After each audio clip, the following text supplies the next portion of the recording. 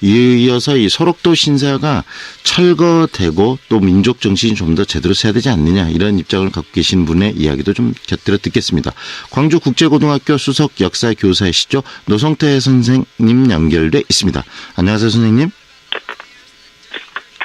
네, 안녕하십니까. 네, 지금 소록도 신사 가지고 이야기를 좀 하고 있는데요. 선생님께서는 이 신사 철거를 좀 해야 된다는 입장 쪽에 무게중심을 두시는 것 같은데 그 이유는 어디에 있습니까? 소록도에 남은 신사는 일본왕을 모시고 신으로 모시고 네. 한센병 환자들에게까지 강제로 일본왕의 신하와 백성임을 맹서시켰던 현장입니다. 따라서 신사는 형무소라든가 동양척식 주식회사 건물 등 여타 일제 강점기 시설과는 성격이 전혀 다른 것이죠. 네. 굳이 남겨서 기억하거나 교육자료로 삼을 만한 가치는 없다고 생각합니다. 네. 1935년에 만든 일제 신사의 전형이 남아있고 건축학적으로 보존의 가치가 있다고 인정해서 문화재로 지정했다면 이건 정말 어처구니 없는, 역사의식이 없는, 어처구니 없는 일이 아닐 수가 없죠. 네. 1995년인가요? 강복 50주년을 맞아서 김영삼 정부가 조선 총독부 헐었잖아요. 네, 광화문에 있던. 청산 하기 위해서. 네. 근데 헐었던 이유 중에 하나가 가장 중요한 것 중에 하나가 경복궁 안에 건축했기 때문에 네. 민족의 자존심이 허락하지 않았던 것이죠. 네. 그만큼 이 신사가 갖고 있는 의미가 우리가 봤을 때 그것을 남겨둘 만한 가치가 있는 것이 아니다라는 말씀이신데 그렇다면 신사를 통해서 일본 제국주의가 이 신사 참배를 우리에게 강요했던 그런 과정들에 대한 이해도 좀 있을 것 같은데요. 일본의 이 신사 참배가 갖고 있는 의미는 어떤가라고 우리 선생님께서는 생각하십니까? 일본에는 신사 천국이죠. 10만 개가 넘는 신사가 있고 신도만도 1억 명이 넘는 걸로 알고 있습니다. 근데 대부분의 신사는 그 장소에서 또 받들었던 각종 신을 제사 지내는 이런 제사 시설인 거예요. 임진왜란 때 끌려가서 일본 도자기의 시조가 되었던 이삼평이라는 분이 있는데 네. 일본에서 도자기 신이 되거든요. 그래서 네. 신이 된 이삼평을 모시는 신사가 일본 사가현 아리따에 있는 도산 신사인 겁니다. 우리나라로 치면 사당과 비슷한 개념이죠. 근데 이제 문제는 뭐냐면 여러 신 중에 이제 일본왕을 모시는 신사라든가 2차 세계대전 당시에 일본 전범을 모시는 신사 다 아시는 것처럼 야스쿠니 신사 이런 게 문제가 되는 겁니다. 네. 태평양 전쟁을 일으켰던 일제가 40년대에 한반도의 민족 말살 정책을 펴게 되는데 다 아는 것처럼 우리말 사용을 불허하고 우리 역사 교육 불허하고 창씨 개명할 뿐만 아니라 조선인들도 일본 천황의 후손이라면서 한국 신민을 육성하기 위해서 한국 신민 소사를 암송하게 했고 또 한궁을 향해서 절도 시켰고 네. 그리고 우리나라 천여 곳의 일본왕의 신을 모시는 신사를 건립하고 참배를 강요했던 것은 너희들도 조선 너희들도 일본 천황의 신하여 백성이니 전쟁터에 나가는 거 아니겠습니까? 네. 그래서 소록도 신사도 강주에 있었던 강주공원에 있었던 신사도 마찬가지지만 아무튼 한센병 환자들에게까지 일본 천황의 백성이 될 것을 맹세하라는 것이었기 때문에 저는 결코 용납할 수 없다고 생각을 합니다. 네.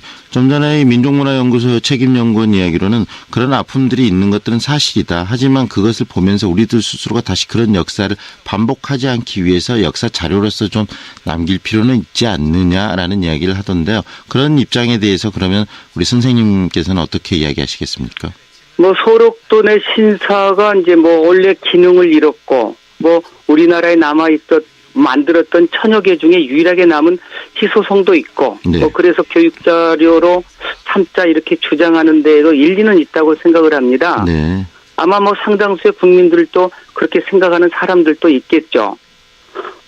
그러나 역사를 놓고 생각이 다른 것은 역사를 보는 관점, 그 역사물이 갖는 의미의 크기를 달리 보기 때문이거든요. 네. 거듭 말씀을 드리지만 신사는 형무소라든가 일본 영사관과 같은 네. 일제 강점기 시설물과는 성격이 전혀 다른 것이죠. 네. 일제가 한국민의 정체성, 뿌리를 부정하고 일본 천황의 신민이 되겠다는 맹세를 강요했던 시서이니만큼 네. 그 민족의 정기를 다시 세우고 자존심을 회복하는 것이 저는 뭐 보존해서 교육 자료를 삼는 것보다 더 중요하다고 생각하기 때문에 뭐 제거하는 것이 옳다 이런 네. 입장을 가지고 있는 것이죠. 네. 이런 그 논란의 중심에서 가장 중요한 것은 결국 우리 사회가 아직까지 일본의 이 잔재, 친일을 제대로 청산하지 못한 이 역사적 현실에 있는 거 아닌가 싶은데요. 그런 부분에 있어서 제대로 된 역사적 어떤 친일 역사적으로 친일을 청산하기 위해서 우리가 해야 될 일, 과연 어떤 거라고 생각하시는지도 곁들여 말씀 좀 해 주시죠. 지금 뭐 그렇습니다. 뭐 일제 압제에서 벗어난 지 70년이 지났는데도 곳곳에 지금 흔적들이 유무형의 흔적들이 남아 있지 않습니까? 네. 뭐 강주공원 같은 경우에도 지금 많은 그 공적비라든가 선정비를 모아놓은 비군이 있는데 제일 앞쪽에 있는 가장 큰 선정비, 그러니까 정치를 잘했다고 세운 비가 전라남도 일대 4대 관찰사를 지낸 윤웅열의 선정비고요. 네. 또 하나가 이제 2대 관찰사를 지낸 이근호의 것인데 두 사람 모두 일제 황실로부터 남작 자기를 받았던 친일파입니다.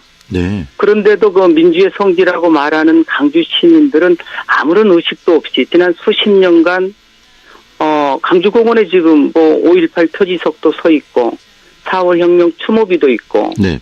김남일 우병장 기념비도 서 있었던 그 의향의 고장에 나란히 지금 있도록 허용하고 있거든요. 네. 뭐 정말 뭐 민망하고 부끄러운 일이 아닐 수가 없습니다. 네. 다시 말하면 그런 부분들 우리들 스스로 역사를 제대로 인식하기 위해서 이런 여러 가지 유적뿐만 아니라 모든 것들에 대해서 친일을 제대로 좀 청산하고 지울 수 있는 그런 노력들이 필요하다는 말씀이시네요, 선생님. 네네. 네. 오늘 말씀 여기까지 듣겠습니다. 감사합니다. 네, 감사합니다. 지금까지 광주국제고등학교 수석 역사교사이신 노성태 선생님과 이야기를 나눴는데요. 결국 이 소록도에 있는 이 신사의 철거 그리고 보존의 문제도 우리 역사를 과연 어떻게 이해하고 앞으로 우리 후손들에게 가르칠 것인가에 대한 그런 고민 속에서 더 깊은 논의가 있어야 되지 않을까라는 생각이 듭니다.